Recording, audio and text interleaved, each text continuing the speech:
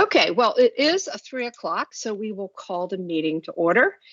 And actually, I'm going to ask Gabrielle again to introduce Monica so that, or just to, Dorothy, Monica's on the phone and you've met her. Hello. Okay. I think I All met right. Monica the last time we had the workshop. Yes, I think so too. Okay, great. Great. So we'll jump right into the agenda. We have one consent item, and this one is Pam's. Yes, and Pam hopefully is welcoming her newest grandbaby into the world this afternoon. Aww. So yes, so I haven't heard exciting. back from her, but I'm going to be covering her items this afternoon. So I will take this one. There were no conditions of approval, so this is that Governor's Place Lot 4A. It's a revision to the previous site plan. This had to do with the they had to remove several trees and reconfigure some parking. The trees that were being removed were a result of changes that happened after you guys approved the site plan. Then they went into the improvement plan phase and were looking at their stormwater management and had to make some adjustments for that. So that was that prompted the change. One of the conditions of approval that you had on your previous plan was related to landscaping, so that's why it has to come back for your approval. But everything is squared away now, and there are no conditions of approval that we're recommending, so it is on the consent agenda. Okay. Any questions from anybody? No. Dorothy, any questions on this? No, ma'am. Thank you. Okay, ma'am. Okay.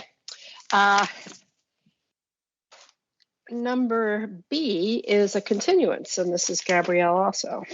Yes, this is the East Pat Lofts that's been continued a couple of times now. They were working through some issues with their archaeological investigation component of the project. Usually that's all squared away prior to when we get to Planning Commission.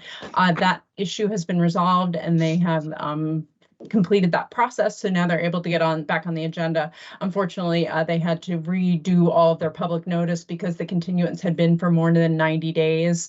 So we needed to restart that clock. And that's why we have one more 30-day continuance. They're doing their public notice and then that will be able to come before the commission. All right. Any questions, anyone? Nope. All right. Okay. Miscellaneous. So capital, I'll just, I know we talked about this at the last workshop, and all of us went away with a little bit of homework, so I really don't intend to talk about that homework now, but just to remind everyone that it would really help the process if you all would come with items that you intend to ask the commission to be added to the letter, if you would do a draft of the text.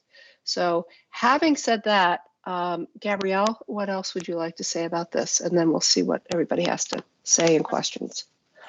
Not a lot. Nothing was added to the staff report. It reflects the conversation we had at the last workshop. Our recommendation is basically your recommendation. In this, we aren't offering any recommendations on projects. You have your previous letters and our discussion last month. So the goal would be to walk out of the meeting with a good list. We can help formulate after the meeting if everyone can reach agreement verbally and consensus. Then I can work on drafting the letter up and we can have Barb sign that and forward to the mayor. So as Barb noted, as much information that we can collect at the meeting and be able to articulate, then we'll be able to produce that and get it onto the Board of Aldermen. Yeah. And the other thing I wanted to just briefly talk about, I know, Dorothy, that you had recommended that we come up with this, some kind of spreadsheet, et cetera, and there was quite a few items that you thought should be included in the letter. After that, Gabrielle recommended that we keep this letter to what we think our priority items are. So it was my takeaway that we were not going to do that spreadsheet, but we were going to continue it in a similar form with the listing. But I wanted to offer that back up to the commissioners at this point because we're really talking about process now, and just see if we could talk about the process. I'm confused. What spreadsheet were we gonna use again? I don't remember. I thought you recommended that we come up, and you may not have used the word spreadsheet. Oh, no, you didn't say spreadsheet. You say category listings. You say category Oh, yeah. listings. And- Yeah, no, right. I agree it would be too much, so that's fine. Okay. Anyone else want to talk about the process, the format? Anything other than what we've been doing in the past, which would be to list what we think our priority items are. That works. Okay, great. I thought we would just take this opportunity while we're here. Okay. Anything else on capital improvement program? Any questions, comments from anyone? Okay. Next. Item D, and this is Gabrielle's, and it's the Kellerton Land Bay B architectural review. Correct. This is the request for it's one new model and 2 new elevations to the Kellerton Land Bay B single-family architectural package. They're requesting that same modification for the square accent windows to be on street-facing facades that they've requested in other previous packages for basically the same reasoning. And so there'll be 2 actions on that. Just the right. Yes, there we go. Looking at the wrong report online. There's a modification and then just the action for approval, and nothing new is added since we talked last. Any questions, comments? Nope. Okay, and Gabrielle, it appeared that there was nothing new since workshop, right? Correct. All right. Gabrielle is the star of the day here as I look.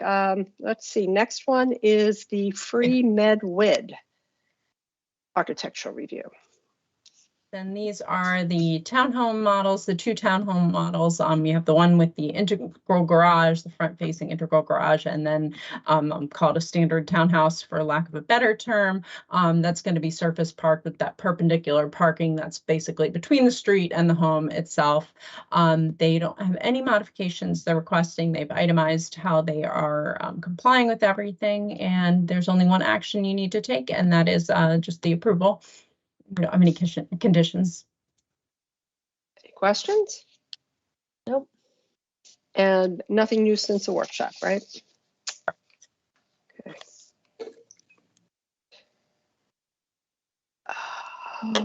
Next one is Chapel Alley, and this is the final site plan. Correct, and this is one we have not talked about before. This is a request for a extension of the APFO certificates associated with the final site plan. We had a similar application come before the Planning Commission for Homewood maybe 5 or 6 months ago. Maybe it wasn't even that long. But basically, in the applicant evaluating the timeline of their final site plan and realizing that their approval period is about to come due, they have not pulled building permits yet. So if they don't have a permit by the time 3 years from the approval date, the application would become void.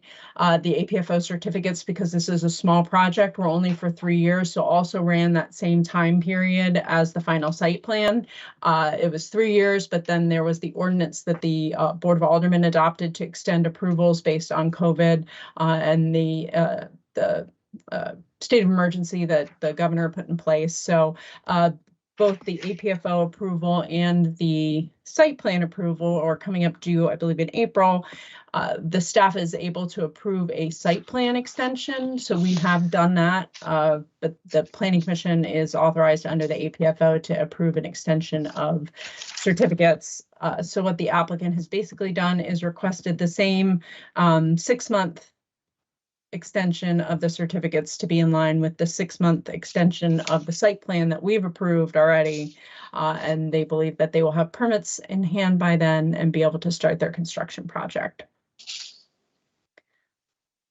Any questions? And this didn't have to come to workshop? We've categorized this as a miscellaneous item, Gotcha. Okay. and there are no specific public notice requirements. It's not really addressed in that capacity. And does this include a school, APFO? School certificate? Correct. Correct. So they were approved for, I believe they had a full certificate of APFO, which means that the schools were adequate to serve the project. Okay, do they need to rerun the school testing again, given that it was a short time frame compared to Not usually run? so the length of time that the school test is run for is based on the size of the project. Based on the size of this project, it was only 3 years because it's the smallest rung of projects from 0 to 3 years is up to maybe 50 units. Okay. So this was the normal testing period for a project of this scale. So this wasn't a shorter than, a requested shorter than.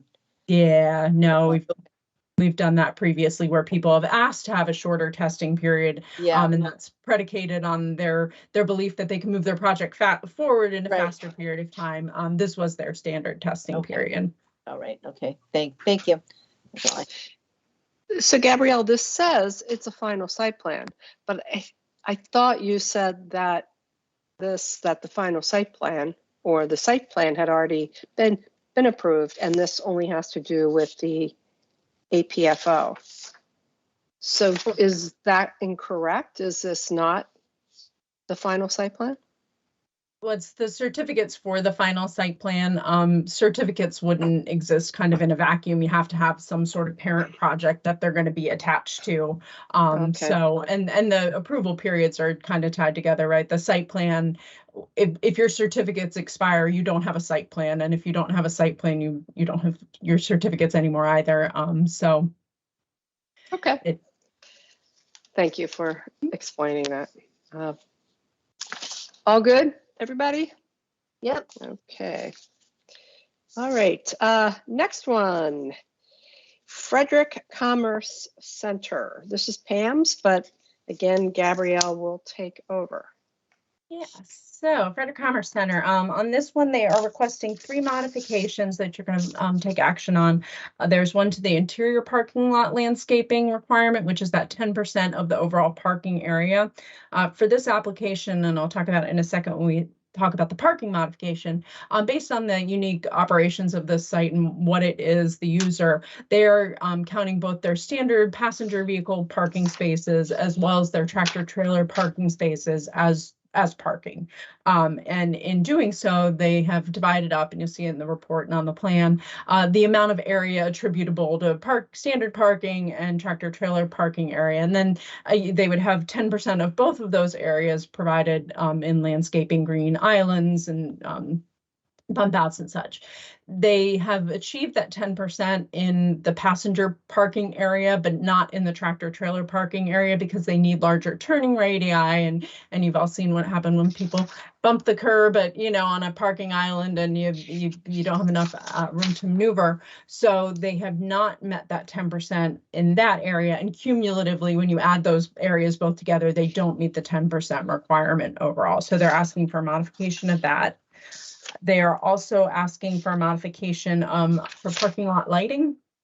The lighting will spill over onto the 2 lots that are directly to the south of this lot that the applicant has purchased and is actually pending annexation request that has yet to come to the commission. Those lots are still within the county. They're zoned agricultural.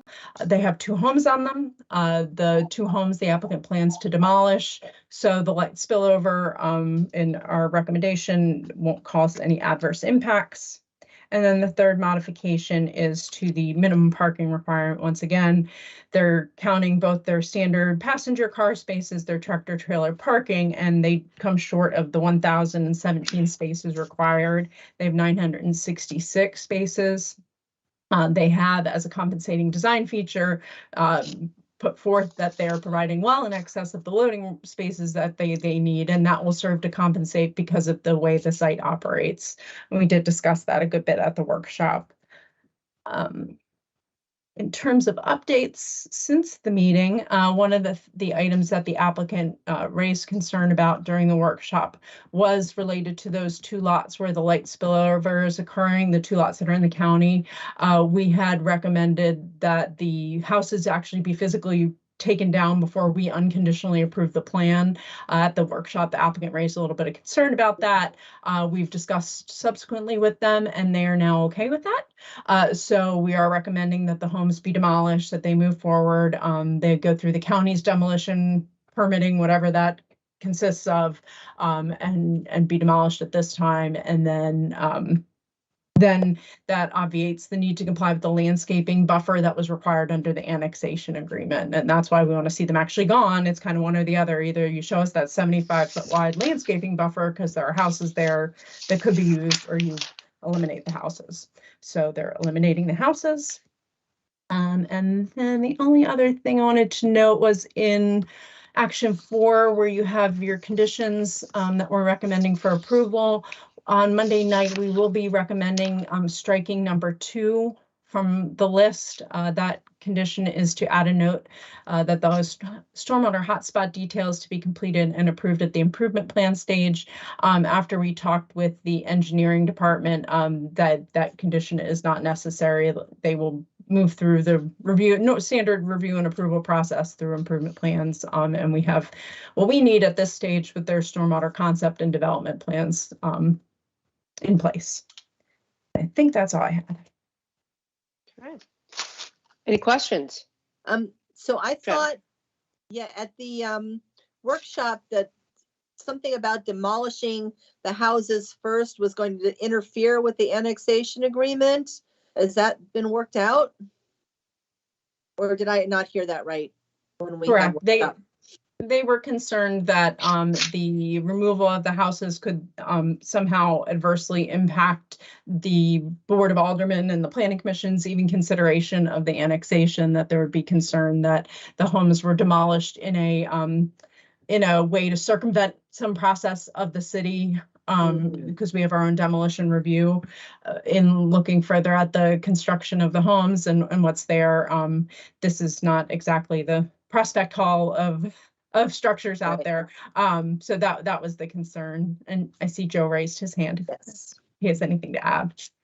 Yeah, just real quick, that the applicant did go ahead and do an archaeology assessment on the 2 properties. They're both 1970s-ish houses, and there was no finding for further investigation on those 2 properties. Okay, great. Thank you. Okay.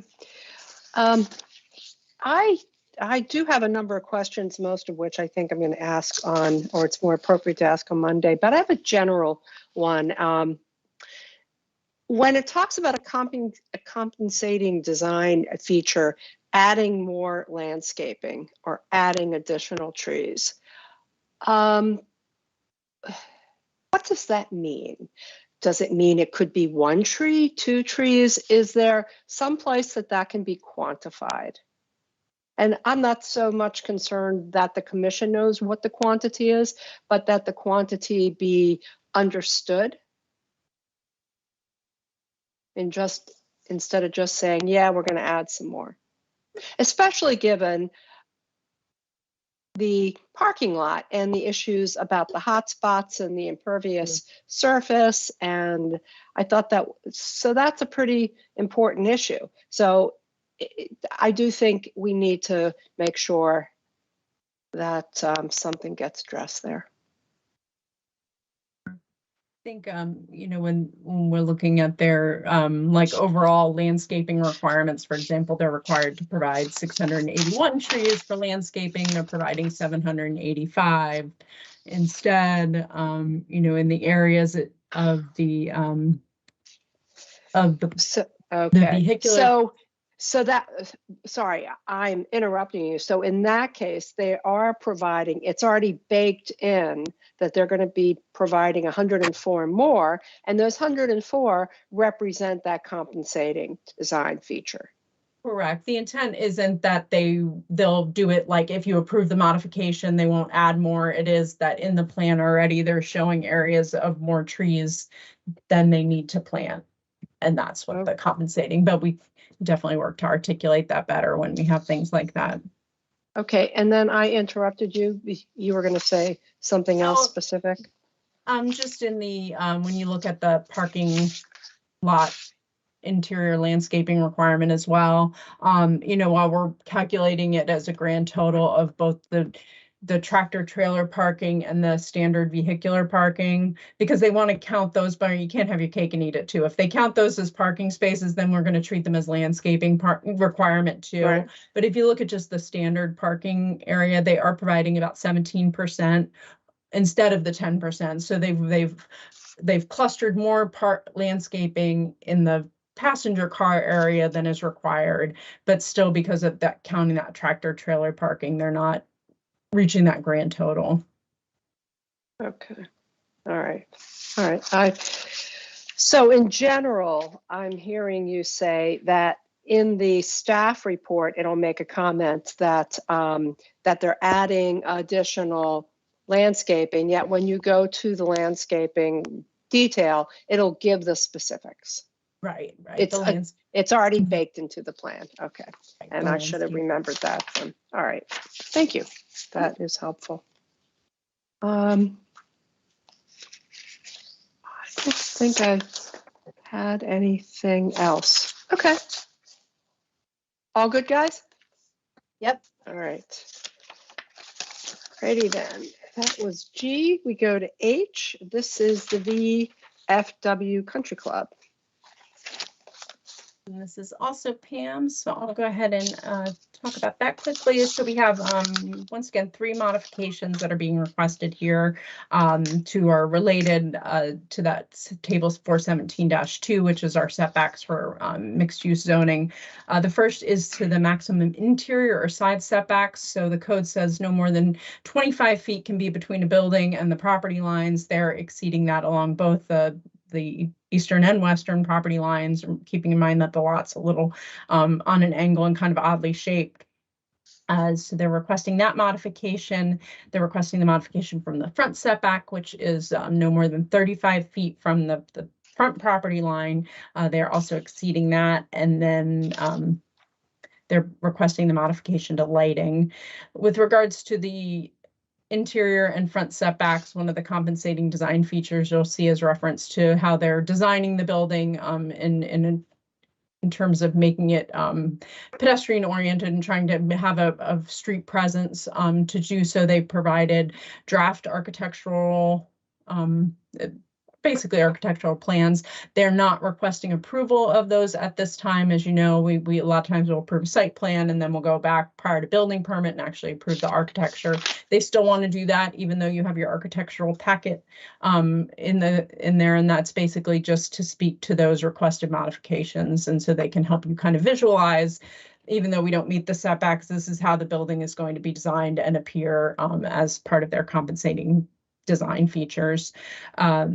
With regards to the modification of lighting, that is along the property line to lot 1 that's adjacent, but as noted in the staff report, this lot and the 2 other non-residential lots that make up the West Park Village non-residential component are all under a shared parking and access agreement and really intended to function as one entity.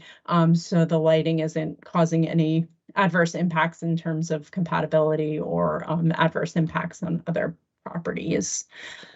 The other update since workshop that's in the report is related to pedestrian connectivity for the site. So after we had the workshop, we looked back at the West Park Village plans and recognized that the previous approvals proposed a shared use path that come basically out of the residential component of the project and into the non-residential component to ultimately connect to the shared use path that'll be along 40. And then I'm going to see if I can bring up, might help. Picture paints 1,000 words, right?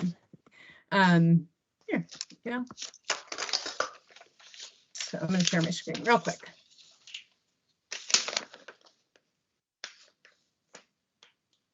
Not quick, but getting there. There we go. So as you'll see on this plan, this was the master plan. There was contemplated, that this path would come down in through This is all of the residential in this kind of tan beigey color. This is part of the Parks and Open Space parcel.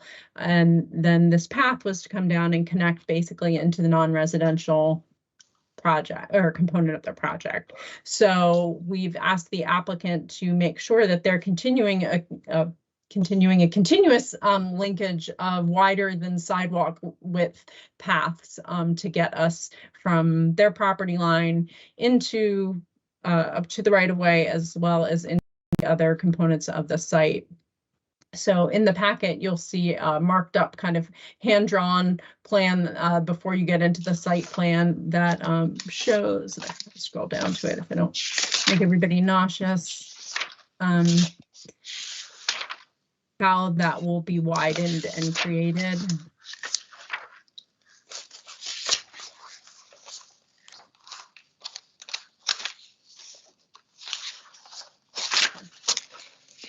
Where is that exactly? I don't see it on the staff report. Let me show you this real quick, and then I'll in the staff report, it's in the parking, loading, and access section. So here's basically, and it's articulated in one of the conditions here. If we're all seeing a copy of the black and white plan with the red type on it, here's where that path would come in. And so we're asking them to continue an 11-foot wide path, because that's what would be in the park and through the open space into the site. We're asking them to then pick up an 8-foot wide path that would go instead of just a 5-foot wide sidewalk, in order for it to be wider to accommodate bikes and pedestrians.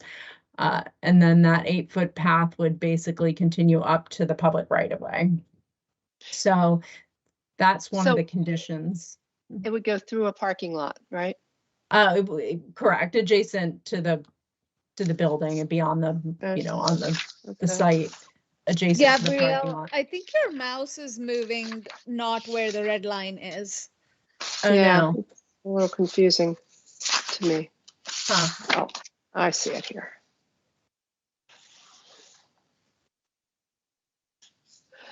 Sure. Well, the red line, I see a red line. It says 8 foot is pointing to it. So where the red line is that where the path is supposed to be? Correct. Hi, this is Shraddha. I can clarify a little more. So if you see in the southeast corner where it's written path to be something, that's where the 11-foot shared use path comes up and kind of curls a little bit to the west, and then goes straight up north to one of the corners of the proposed building, and then circles around, and then goes up to meet the shared use path that would be developed by other people. That's parallel to the US 40, I think. US 40. Okay. So it looks like it wraps around the back of the proposed building. Is that what we're looking at there? Correct.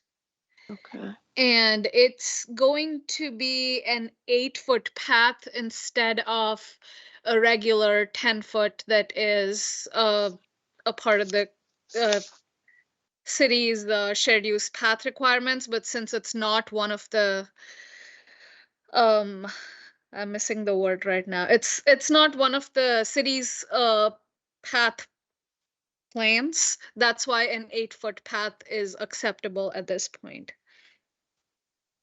Barb, it'd be going around the front of the building. The building the is front. facing. Okay, the sorry. building's facing towards the 40, front. kind of on an angle. Okay. Not sure why my Okay. mouse was acting up. I can see it there. It does. You can't tell if it's. I mean, it's not going across the parking lot, so it will be a separate and defined path, right? Correct. But okay. And that's related to conditions 6 and 7 and 8 in the staff report in your last action. So it isn't a little odd having this shared use path where people are going to be skating and biking and running going right in front of this new VFW? Probably isn't the most ideal location. You know, we did discuss with the applicant widening it to accommodate any potential interference with, you know, people accessing the site or going into it, into the building itself. But in looking at the scope of the changes that they're making on the existing building, the existing improvements, I'm not sorry, not the existing building, the existing parking lot, that was a way to accommodate the connection into the site. Anyone else? Any questions or? No. Okay. Okay, Dorothy, anything from you? Are you still with us? Yes, I'm still with you guys. No, thank you. Okay, great. Okay. Let's see, that was H, so that takes us, we have two more. We have I and J. They're both text amendments, and the first one is this mixed use one. Correct, and that has been revised in two substantive ways. One, they've redefined redevelopment. That was something we spent a lot of time at workshop discussing, how we didn't want to just say redevelopment was anywhere where a building used to be and now you're doing something different because the building maybe was there 150 years ago and hasn't been there. We wanted to try to make a relationship between someone demolishing, someone, you know, intentionally taking down a structure for the purposes of redevelopment. So the applicant worked on the definition. I think it does capture that time relationship a lot better than what we had previously, and does a good job to capture what the intent of redevelopment is. Keep in mind that the reason we're redefining redevelopment is to give more flexibility in granting modifications.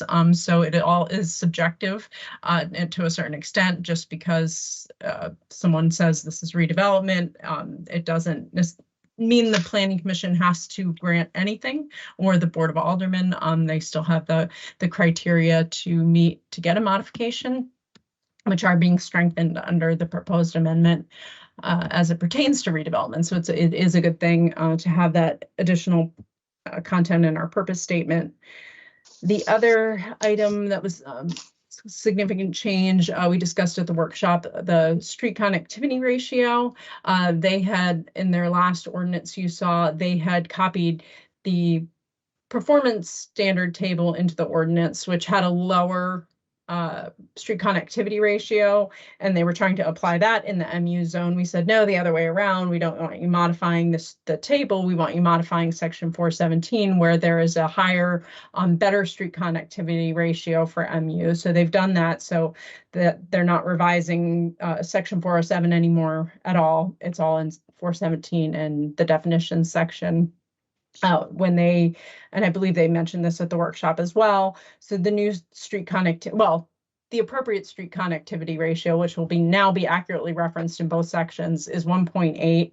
They have added that would be something that the Planning Commission or the Mayor and Board could modify if they saw fit. And I believe at the workshop we talked a little bit about how there might be instances where connectivity to other properties may be impeded by environmental features or certain natural conditions that would preclude it. So that's why they suggested making it a modifiable standard that the Planning Commission could look at in a more contextual basis and make a decision on.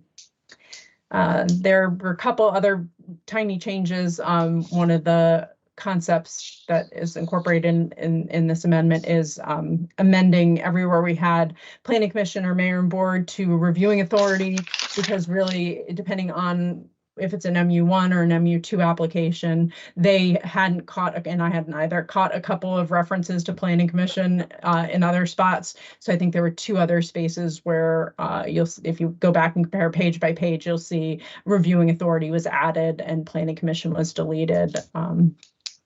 So nothing substantive there. And that is about it. think.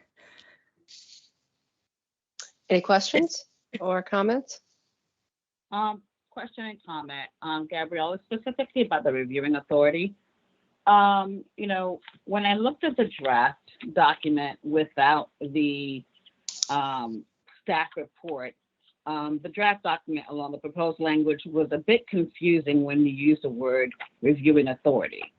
It didn't really specify who would be doing what in that draft document. You know, and it's not like, it's a standalone document that's going to be in the LMC if it's approved. And we're not going to have a staff report to refer to in terms of, you know, which body is doing what in the document itself. And then when I went into 1102, no, not 11, to 1002 and looked up the definition of reviewing authority, it speaks to for applications that are within the Carroll Creek Overlay District, but not the subject town historic district, the reviewing authority means the Planning Commission. For the applications that are within the CCOD and the Frederick Town Historic District, the reviewing authority means the Historic Preservation Commission and the Planning Commission. So that definition is specific to the Carroll Creek Overlay, and it talks about the Planning Commission, and if it has like a historic preservation piece to it, then it has the HPC and the Planning Commission. So what I'm just wondering is, I noticed that they changed the language for the redevelopment under 1002, but it's rather vague for reviewing authority being put throughout this entire document. Sure, no, that's a good point, and I think now that you mention it, we should probably adjust the definition of reviewing authority, because what and that would be a good addition to this draft ordinance.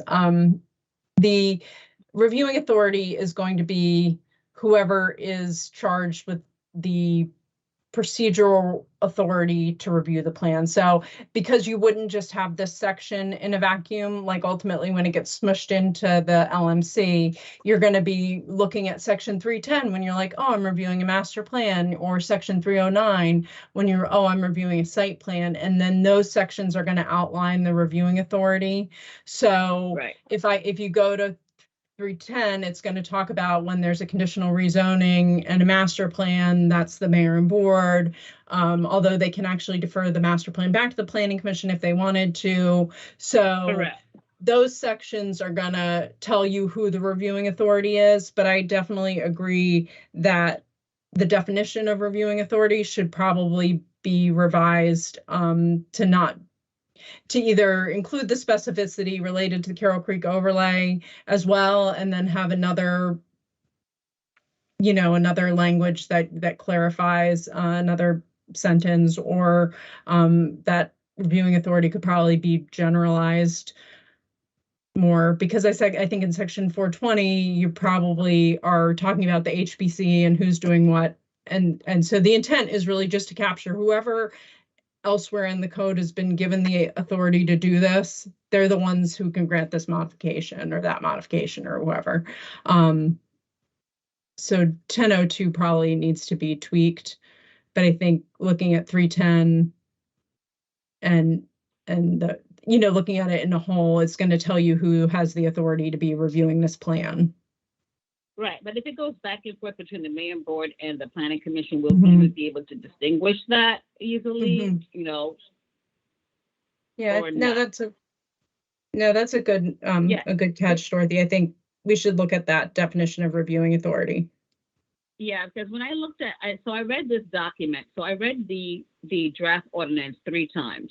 I read it twice without the staff report, and read some of the other sections, and then I read it again with the staff report, and the staff report kind of helped to clarify some of this information. However, the staff report is not going to be in the LMC. It's going to be this draft that's going to be finalized. So by itself, even if I looked at some of those sections, it was confusing, because with the master plan, it could go back to the mayor and board, it can go to the planning commission. It was just very ambiguous and confusing to me. And I just noticed that the definition for the reviewing authority only cited the Carroll Creek overlay along with the HPC and the planning commission. So it would be great if they could get, make some type of revision in order to clarify that. And hopefully that revision could be made before Monday, because I think Monday is when we're going to be voting on that. I don't know, they'll have time. I don't know what the timeline is, but yeah. Yeah, thank you. I will, yeah. All right, Okay. thank you. Anything else? Nope, that's it for me. Okay. And our last item is item J, and this is the zoning map amendment for the 430 Pine Avenue. Correct. And this is the first of two hearings that we have to have for zoning map amendments. It's a request to remove the institutional floating zone, thereby reinstating the M1 light industrial zoning on the property. With this type of rezoning, you don't have to make the finding of change or mistake. It is a much simpler legal argument that has to be met, and that is basically that the use that existed or was proposed for that institutional to be placed is no longer there or no longer desired to be there, and that the applicant intends to use the property in a way consistent with the base zone, which is basically the case here. And like I said, it's just the first of two. Any questions or comments? Nope. All right. All right. So before we adjourn the meeting, first I'll ask the commissioners, is there anything else on anyone's mind? Okay. No, And Gabrielle, you're the spokesperson of the day. I think we're Anything good to else? go. I think All right. we're looking at getting our workshop agenda together, just to give you a heads up. And we do have a very heavy workshop load. So we'll do the best we can. That's the workshop on the 20th. Yeah. Yeah. And are you going to put that text amendment for the Carroll Creek overlay closer to the front? I was going to put it first. Everybody was excited to have it first. Yeah. Good. yeah, good, yeah. And we'll definitely say applicant, the floor is yours, and any public comments, and okay. Yeah, Great. we'll put that first. Okay. Yeah.